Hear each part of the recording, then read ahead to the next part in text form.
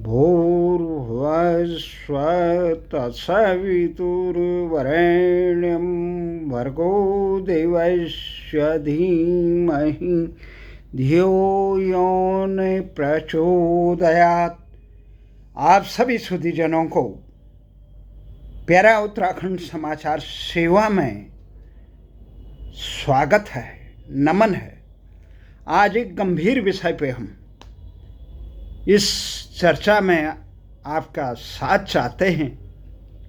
आज प्रातः देश के प्रधानमंत्री नरेंद्र मोदी जी के भगवान केदारनाथ और बद्रीनाथ की शरण में गए। एक अपेक्षा की जाती है कि उन्होंने विश्व के कल्याण के लिए, जो भारत का एक संकल्प है, देश के और सारे देशवासियों के कल्याण की कामना की होगी। इस यात्रा वो जब से प्रधानमंत्री बने निरंतर ये उनकी केदारनाथ की आधा दर्जन से अधिक बार की यात्रा है। वो शिव के परम भक्त हैं, भारतीय संस्कृति के ध्वजवाहक हैं। अपना जीवन इसीलिए उन्होंने समर्पित कर रखा है। गृहस्थ जीवन को त्याग कर उन्होंने इसीलिए ये जीवन राष्ट्र को समर्पित करने के लिए जुड़े हुए हैं। तो आज बद्रीनाथ, जो 7 पुरियों में बद्रीनाथ जी की जो साक्षात परम धाम वैकुंठ लोक मोक्ष भूमि के और स्वयं भगवान शंकर का वास, जिसे शास्त्रों में कहा गया है, महाद्रिपार्श्वे तटे रमन्ते संपूज्यमान सततम मुनीन्द्र सुरासुरेन्द्रे यक्ष महारण च केदारमीशं शिवमेकमीडे। भगवान शंकर पर्वतराज हिमालय के समीप मंदाकिनी, पावन नदी मंदाकिनी के तट पर स्थित केदारखंड नामक सिंह में निवास करता है, जहां मुनीश्वर, देवता, सुर, असुर, यक्ष, गंधर्व, किन्नर, नाग आदि लोग उनकी निरंतर पूजा अर्चना करते हैं। मैं उस परम सृष्टि के परम कल्याणकारी सृष्टि के रचना शिव को नमन करता हूं। अनादिकाल से जीव इसी खोज में कि मैं कौन हूं, सृष्टि की रचना क्यों हुई और रचनाकार का उद्देश्य क्या है इस संसार में। इस यक्ष प्रश्नों के उत्तर के लिए निरंतर, जहां भारतीय संस्कृति में कहा है, 1,84 के चक्र में फंसता है। चराचार, ये सृष्टि, सकल सृष्टि जो ब्रह्मांड की है, अनंत कोटि ब्रह्मांड जी बनाए, ये परमेश्वर का है। इसके कल्याण के लिए जो कहा जाता है, नर और नारायण के रूप में भगवान हरिहर इसी देवभूमि उत्तराखंड में वास कर। आज हम बात कर रहे हैं प्रधानमंत्री मोदी की बद्री केदार की यात्रा। ये तीर्थ यात्रा है, ये दिव्य यात्रा है। पर्यटन तो हर कोई घूमता रहता है, पर ये यात्रा राष्ट्र के निर्माण के, राष्ट्र के अपने प्राचीन विरासत को मजबूत करने की है। भारत आज़ादी के अंग्रेजों से मुक्त होने के 75 साल में बाद भी अपनी अस्मिता को, अपनी पहचान को, अपने गौरवशाली अतीत को वर्तमान करना चाहता है। जो उसका विराट वैभव, जो उसको विश्व गुरु और सोने की समृद्धि में सोने की चिड़िया थी, उस गौरव को हासिल करने के लिए हम अपने मार्ग से कहाँ भटक गए।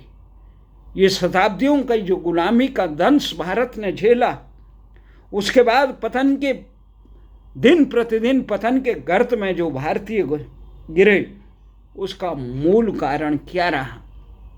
मूल कारण ये रहा कि हम भारत की अपनी संस्कृति को, अपने आचार विचार से गिरकर पश्चिम के अंधानुसरण करने लगे।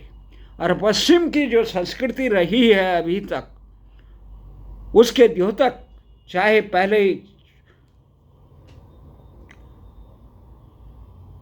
इंग्लैंड रहा हो, जिसका पूरे विश्व में लूट खसोट का राज्य साम्राज्य रहा है, या वर्तमान में अमेरिका और उसके नाटो देश जिसका नेतृत्व अमेरिका कर रहा है, उसका वर्चस्व रहा हो, तो उनका वर्चस्व रहने के कारण हम अंधानुसरण कर रहे हैं पश्चिमी जगत का। हम शिक्षा से लेकर, विकास के मॉडल से लेकर, जीवन पद्धति के मॉडल से लेकर, एक जीवन की सोच का दायरा जो हमारे देश के हुक्मरान यहाँ पे स्थापित कर गए, और देश के युवाओं को, नौनिहालों को उस पर करना पड़ रहा है। तो इसलिए ये जा रहा है देश निरंतर पतन की दौर। भारतीय मुद्रा निरंतर गिर रही है 83 रुपये के डॉलर के हिसाब से, जबकि आज़ादी के आसपास के समय में डॉलर और रुपये का बराबर था। एक समय ऐसा था कि भारतीय अर्थव्यवस्था पूरा विश्व की अर्थव्यवस्था का एक चौथाई हिस्सा भारतीय अर्थव्यवस्था में चलता था। एक तरफ ऐसा था कि सोने की चिड़िया मानी जाती थी, ज्ञान विज्ञान का विश्वगुरु माना जाता। फिर ये पतन कैसे हुआ?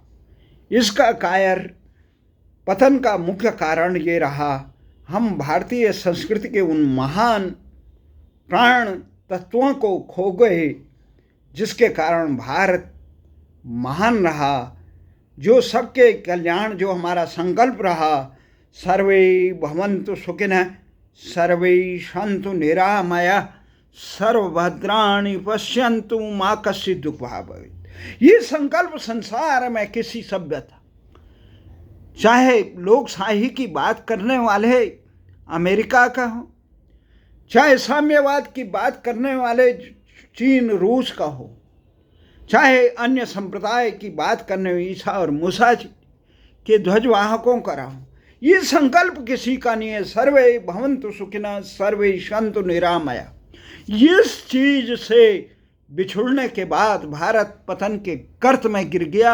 हम न भारतीय रह पाए, न हम अंग्रेज हो पाए, हम तो इंडियन बन गए। इंडियन वही जाहिलों के लिए कहा जाता था, अंग्रेज लोग असभ्य और लोगों के लिए कहते थे। वो अपने को सभ्य समझते, वो लूटते रहे सारे दुनिया को और अपने को सभ्य कहते रहे, शिक्षित कहते रहे। महिलाओं को कभी समान अधिकार नहीं दिया जिन्होंने, वो हमें नैतिकता के पाठ पढ़ाते रहे। ज्ञान विज्ञान में भारत विश्व गुरु रहा, पर वो हमें संपेरों का देश बता। तो इसका मूल कारण है आज़ादी की जो भी हमने सत्ता हस्तांतरण के बाद पाई 1947 में। देश के हुक्मरानों ने, जिनके हाथों में देश की बागडोर आई है, उनकी शिक्षा दीक्षा और सोच सहन पश्चिम जगत के मतलब अंग्रेजी मानसिकता के लोग थे। लैंड मकाले द्वारा पोषित शिक्षा में ग्रसित थे, इसलिए उन्होंने लाड साहब, उनके परिजन उन्हें लाड साहब बनाना चाहते थे। इसलिए हम आज बात कर रहे हैं बद्र केदार की। बद्र केदार क्या है? भारतीय संस्कृति का मूल तत्व, प्राण तत्व है, जिसमें क्या है? शिव क्या है? शिव विश्व के कल्याण के लिए स्वयं गर्भ पीने वाले लोग, जो कण कण में बसते हैं। भारत के कण कण में देवभूमि, जो मोक्ष भूमि के नाम पे उत्तराखंड में, आज के शासकों ने भले ही उसे गटर बना दिया, शराब का गटर बना दिया है, भ्रष्टाचार का आश्रय स्थल बना दिया, अपराधियों की ऐशगाह बना दी है। परंतु उत्तराखंड तो देवभूमि रहे, जहाँ कण कण में शंकर और हरिहर का द्वार हो, हरिद्वार से आके, यहाँ शिव की, यहाँ साक्षात मोक्ष धाम हो बद्रिकाश्रम, जिसमें ये कहा गया है बद्रीनाथ के बारे में, कितना जबरदस्त, पवन मंद सुगंध शीतल, हेम मंदिर शोभितम, निकट गंग बहत निर्मल, श्री बद्रीनाथ विशंबरम, शेष सुमिरन करत निषदिन, धरत ध्यान महेश्वरम, वेद ब्रह्म करत स्तुति, श्री बद्रीनाथ विश्वंभरम। विश्व के कल्याण के लिए, जिसमें भगवान विष्णु का जीविका है, सशंक चक्रम सक्रीड कुंडलम सपीत वस्त्रम सरसीरुहेक्षणम सहारवक्षम स्थलकोष्ठमिक्षम नमामि विष्णुम सरिसा चतुर्भुजम। जो दया के सागर हैं, कृपा निधान हैं, जो पालनहार हैं, जो सृष्टि के नियंता है, हर हरि हर। भगवान मोदी ने भले ही उत्तराखंड के लोग मोदी की इस यात्रा का विरोध में हैं कि वो उन भ्रष्टाचारी मंत्रियों के साथ में क्यों रहे हैं, वो दंडित क्यों नहीं करे उन भरतों को जिन्होंने उत्तराखंड की पावन धरती को शराब का गटर बना दिया, अपराधियों का आश्रय स्थल बना दिया, भ्रष्टाचारियों का ऐशगाह बना दिया। जन आकांक्षाएं, जहां गैरसैंण राजधानी से लेकर भू कानून से लेकर मूल निवास से लेकर जनसंख्या पर आधारित विधानसभा परिसमन और सुशासन देने के लिए उत्तराखंड राज्य का गठन किया गया था।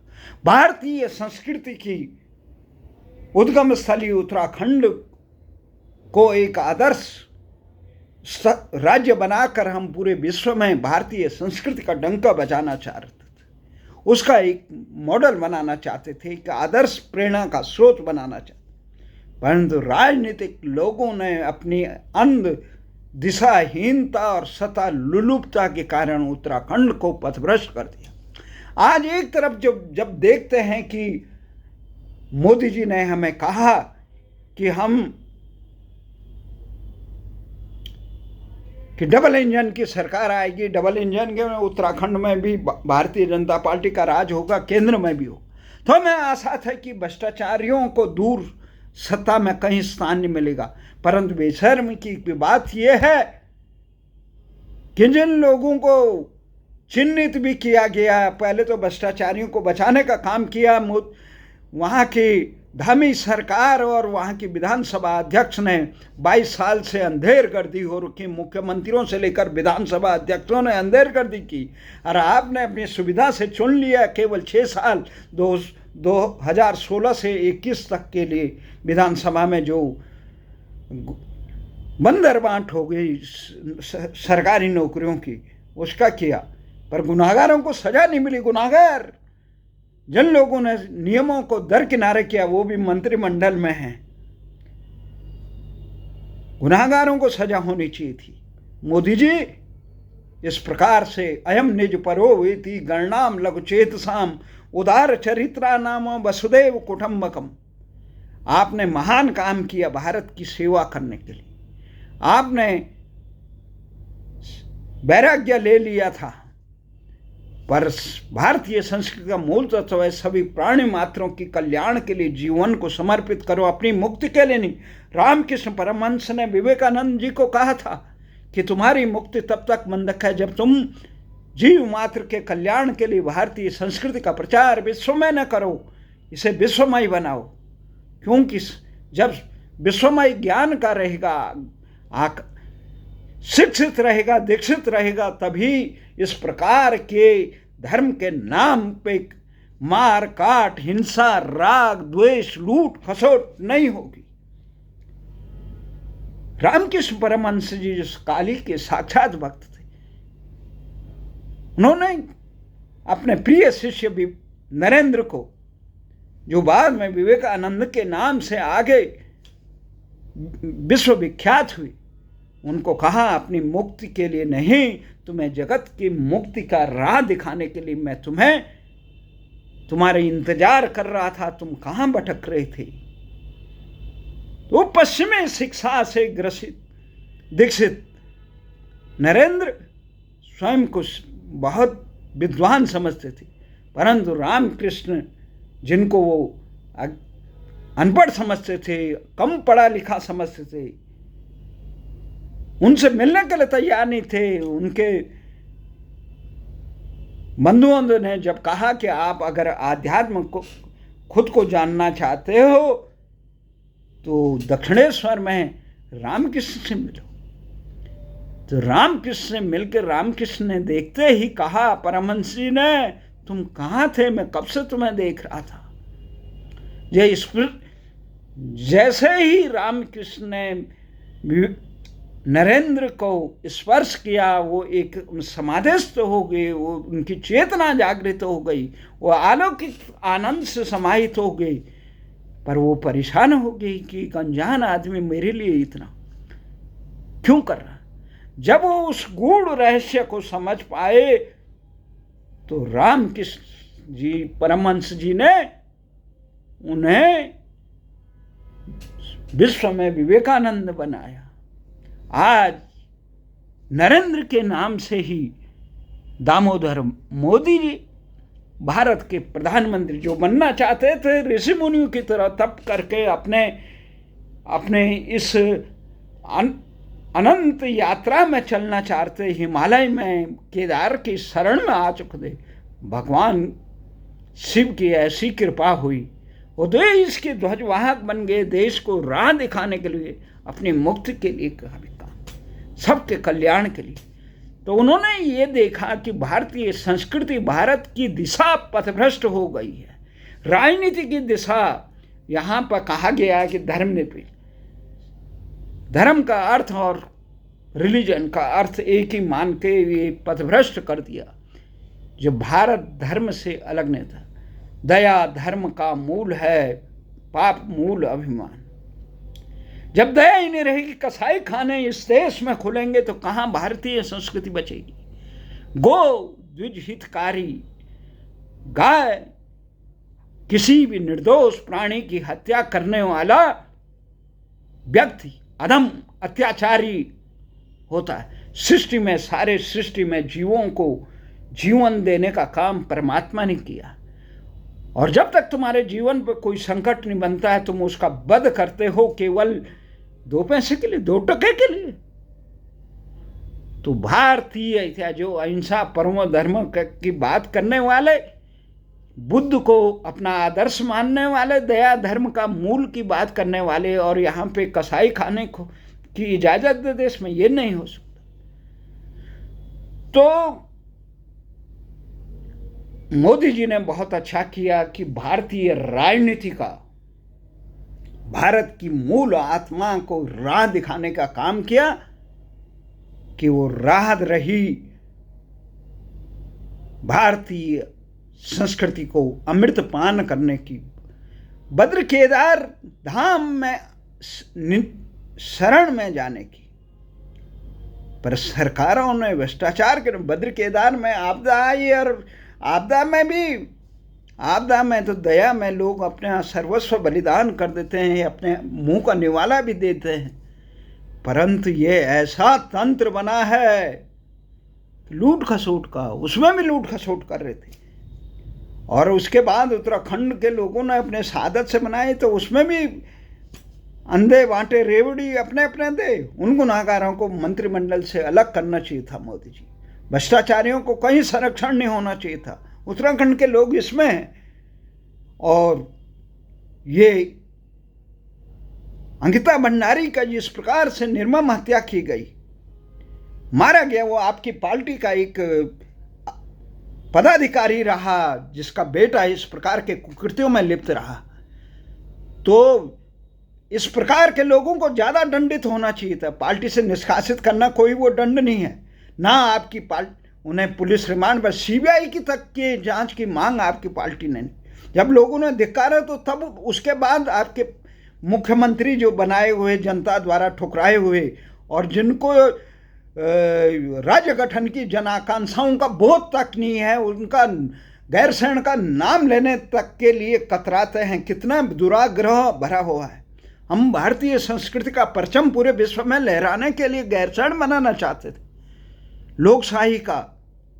और आप के ये भरत जो है नाम लेने के लिए तैयार नहीं है धामी जी।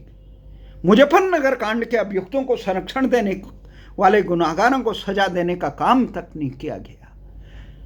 जनसंख्या पर विषम भौगोलिक परिस्थिति के कारण उत्तर प्रदेश से हमने अलग राज्य में ना, सामाजिक ताना बाना और विषम भौगोलिक पर। अब जब वो हो गया तो उसके बाद थोप दिया जबरदस्ती पूरा हरिद्वार जनपद। क्यों मिलाया? हम तो परमार की तरह हिमाचल को पेप्सू रियासत नहीं लेना चाहते थे। ये पूरा हरिद्वार जनपद हमें नहीं चाहिए था, हमारा कुंभ क्षेत्र था। हम उसे एक आदर्श वो बनाने, आपने कर दिया पूरे, कौन भरती है वहाँ? इस प्रकार से सत्ता लोलूप लोगों को थोपा गया, जो वहाँ की जन समस्याओं को जानते हैं, उन नेताओं को दरकिनारे करके, जिन्होंने पीड़ा भोगी है राज्य बनाने के लिए किया, उनको अपमानित किया, उन्हें चिन्हित तक नहीं किया आपकी सरकारों ने। और जिन लोगों ने केवल हवाबाजी की, जिन्हें नैतिक बल नहीं है, आत्मविश्वास नहीं है, जन सेवा का एक रत्ती भर का वो नहीं है, उन्हें मुख्यमंत्री बना दिया। जो कह रहे थे हमारी लाशों पर बनेगा कांग्रेस और बीजेपी वाले गुनाहगार हैं।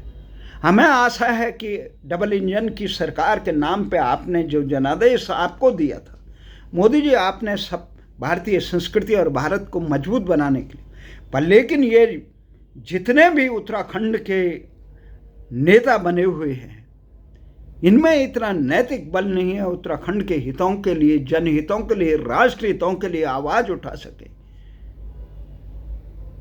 तो तब दुख होता है। उत्तराखंड की जनता स्वाभिमानी है, न्यायप्रिय है, सत्य के पक्ष में खड़ी रहती है।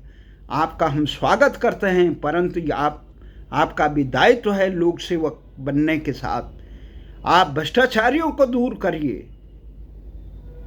आप विधानसभा अध्यक्ष बनिए, खुद बाहर के लोग थोप दिए वहाँ। एम्स ऋषिकेश में 600-700 लोग वहाँ राजस्थान के भर्ती है पूरे। ये ठेकेदारी प्रथा इसलिए नहीं चलती है, वहाँ के स्थानीय लोगों को रोजगार ना दो, युवाओं को एकमात्र आशा थी सेना में भर्ती की, वो भी अग्निवीर बना दिए। 4 साल बाद ढूंढते रहेंगे, कहाँ ढूंढें? वो पलायन करेंगे 10-12 लाख रुपए लेकर, जहाँ भी जाएंगे क्या करेंगे? आशाओं पे वज्रपात नहीं होना चाहिए, राष्ट्र की सुरक्षा के साथ खिलवाड़ नहीं होना चाहिए। इतने दुश्मन हैं पूरे देश। इसलिए हमारा तो ये मानना है आपने महत्वपूर्ण काम किए। कौन से महत्वपूर्ण काम किए?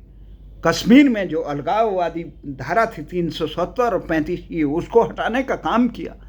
जो लोग इस बात में लोकशाही में विश्वास नहीं रखते हैं, वो विरोध कर रहे हैं। जो राष्ट्र की सुरक्षा से खिलवाड़ करना चाहते हैं, वो विरोध कर रहे हैं। जिन्होंने भारत के विभाजन में 20 लाख लोगों की निर्मम हत्या, निर्दोष लोगों की निर्मम हत्या पर जिन्हें रंज नहीं है, वो लोग विरोध कर सकते हैं। पर हमारा मानना है इस देश को तोड़ने वाले लोग, चाहे वो बांग्लादेश से घुस के आए, चाहे रोहिंग्या से घुस के आए, चाहे यहाँ पे बैठ कर पाकिस्तान के गुण गाने वाले लोग, ये नहीं चलेगा। ये भारतीय संस्कृति को पर प्रश्न उठाने वाले लोगों को भारतीय संस्कृति ने क्या कहा कि सबको साथ लेने के लिए। जब पाकिस्तान का विभाजन हुआ तो भारतीयों ने कहा कि हमारे लिए तो सभी हैं। हमने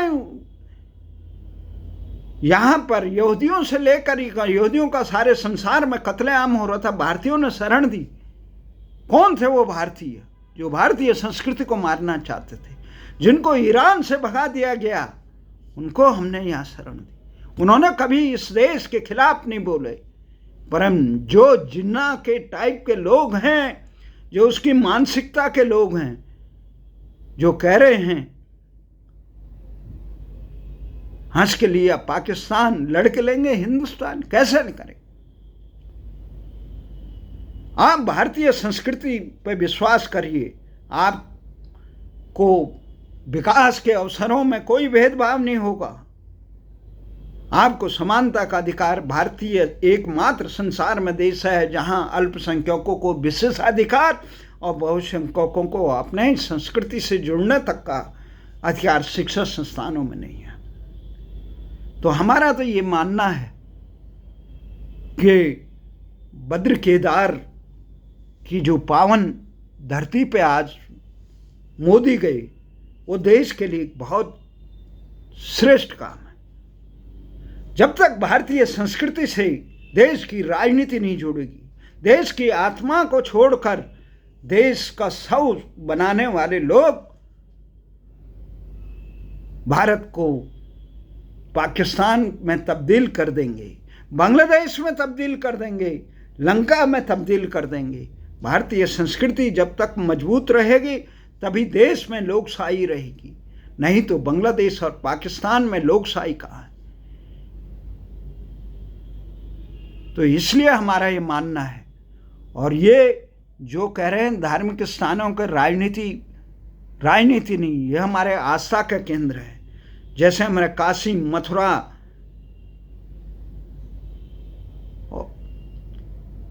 अयोध्या में इस प्रकार से भारतीय संस्कृति को रोकने का काम आक्रांताओं ने किया, उसको मरहम लगाने का काम भारत सरकार ने 1947 में करना चाहिए था। और उसके बाद इस प्रकार के तत्व भारत में सर न उठा पाए, इसका भी प्रबंध करना चाहिए था।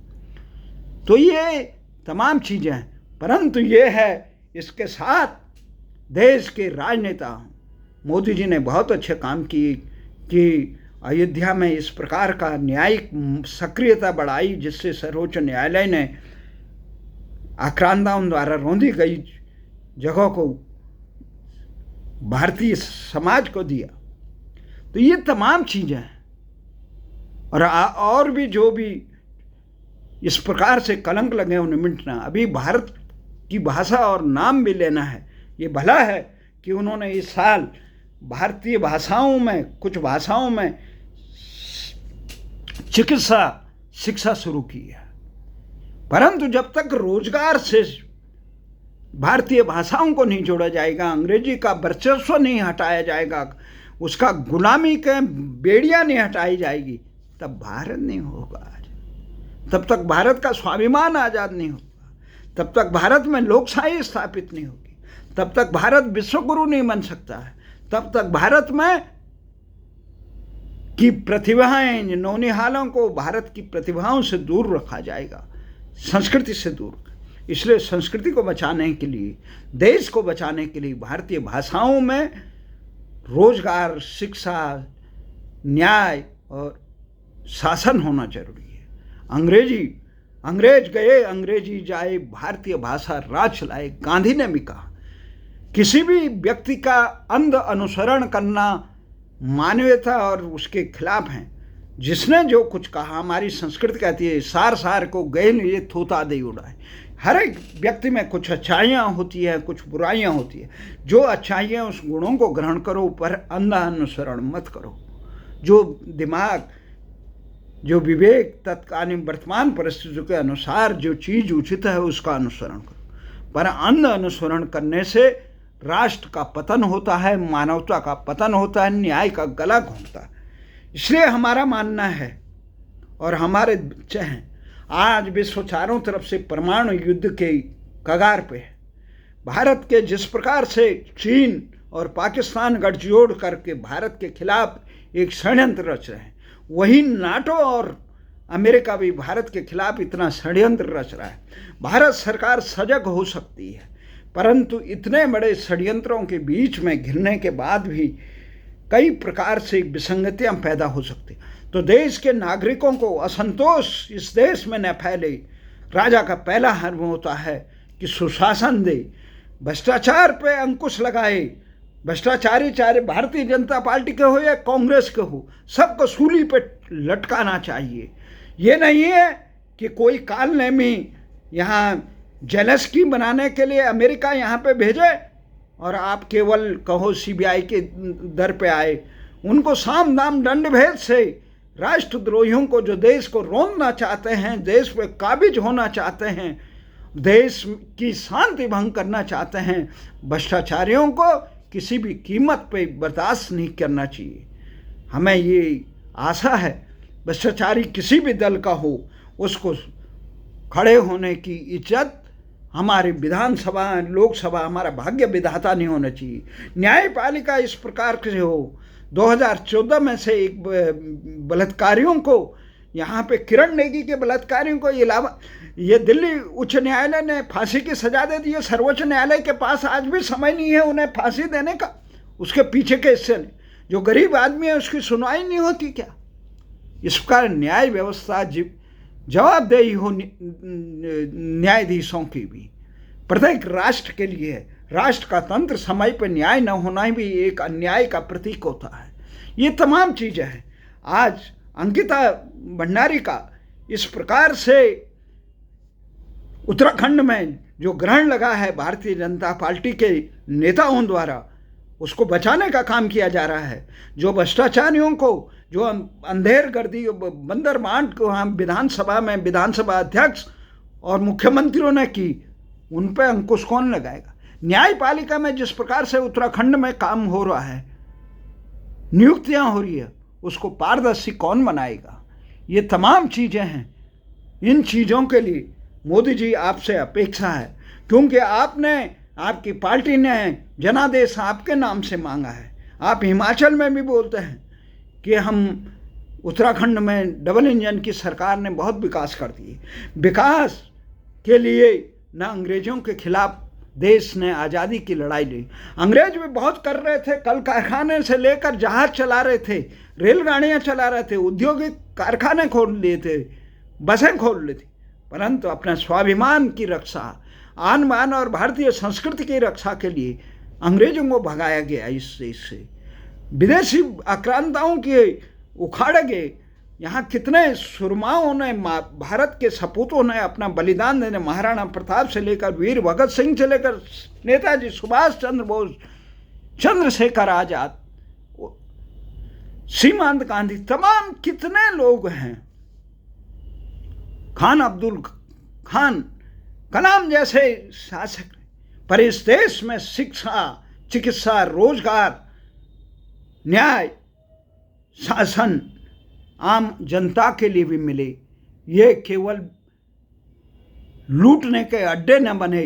इसलिए शिक्षा, रोजगार, न्याय, शासन देना सरकार का पहला फर्ज है। ये नहीं महंगाई कितनी बढ़े हुई, उस पर अंकुश लगना जमाखोरी की वजह से बढ़ रही है या सरकार की गलत नीतियों से हो रही है। अब ये कहना कि भारत की मूल्य, रुपये का अवमूल्यन हो रहा है, डॉलर की कीमत बढ़ रही है कि डॉलर मजबूत हो रहा है, ये जेटली टाइप के वित्त मंत्री नहीं चलेंगे। ये मनमोहन टाइप के, ये फिरंगी मानसिकता के, ये हमारे यहाँ सकल घरेलू उत्पाद से कभी भारत की संस्कृति नहीं चली। ये केवल कल्याणकारी, सबके कल्याण के लिए, चाहे अपना खाए ना खाए, लोगों के कल्याण के लिए जड़ भरत की तरह काम करना पड़ेगा। तो इसलिए हमारा ये मानना है, देश की संस्कृति को जो मोदी जी जोड़ने का काम कर रहे हैं वो बहुत सराहनीय है, परंतु उनको नर नारायण सेवा से पहले नर सेवा करनी चाहिए, जन सेवा करनी चाहिए, और ये अपने भरतों को भी सिखाना चाहिए। भारतीय जनता पार्टी भले ही कितनी बड़े विश्व की सबसे बड़ी पार्टी कह रही हैं, उन्हें ये भी याद रखना चाहिए, 1 लाख पूत 1.25 लाख नाती, ता रावण घर दिया न बाती, ना सतई विद्यतई भाव, ना भाव विद्यते सतो। संसार में असत का स्थान नहीं होगा। अगर आप न्याय के साथ खड़े रहेंगे, भारतीय जनता पार्टी भ्रष्टाचारियों को अगर देश से बाहर करेगी, महंगाई पे अंकुश लगाएगी, देश के विरोधी आतंकियों पे अंकुश लगाई, देश के नौजवानों को रोजगार देगी, तो सब डबल इंजन क्या मोदी जी के साथ है। परंतु अगर इनके साथ नहीं होगी तो केवल नारायण से नहीं, नारायण ने भी ये कहा है कि मेरे सृष्टि में ये सुंदर बगीचा जो मैंने बनाया है, ये जो जड़ चेतन में मेरा ही स्वरूप है, वासुदेव सर्वम जिसमें ये कहा गया है, उनकी सेवा करना ही प्रत्येक नेता और नागरिक का धर्म है। इसी में हमारा ये कहा गया है कि श्रीमन नारायण नारायण नारायण, बद्री नारायण नारायण नारायण, भजमन नारायण नारायण नारायण, हरि ओम नारायण नारायण नारायण। ओम महाकाल महाकायम महाकाल जगतपते महाकाल महायोगिन महाकाल नमस्तुते। जय केदार उदार शंकर मन भयंकर दुखहरणम, गौरीपति स्कंद नंदी श्री केदार नमाभ्यम।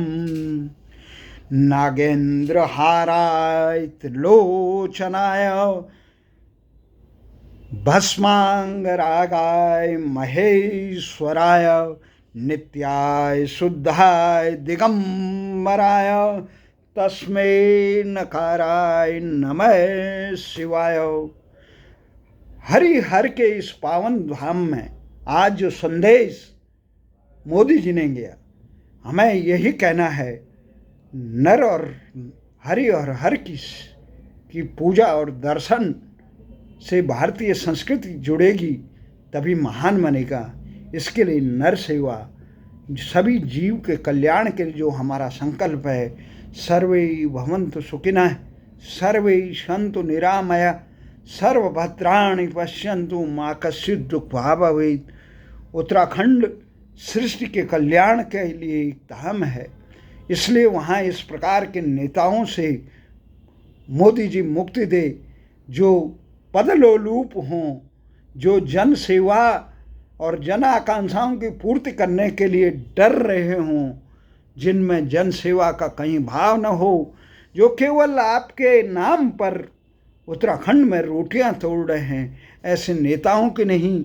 उत्तराखंड तपस्वियों की भूमि है, वो दधीचियों की भूमि है, वहाँ ज्ञानियों की भूमि है, देशभक्तों की भूमि है, वीरों की भूमि है, कर्मवीरों की भूमि है, सबके कल्याण के लिए समर्पित लोगों की भूमि है। आप सबको नमन, सबको कल्याण करे। दिवाली की हार्दिक शुभकामनाएं। हमें आशा ही नहीं अपितु पूर्ण विश्वास है कि भारतीय संकल्प को सृष्टि के हर क्षेत्र में प्रसारित करके, उसे आत्मसात करके सृष्टि का कल्याण होगा। ओम।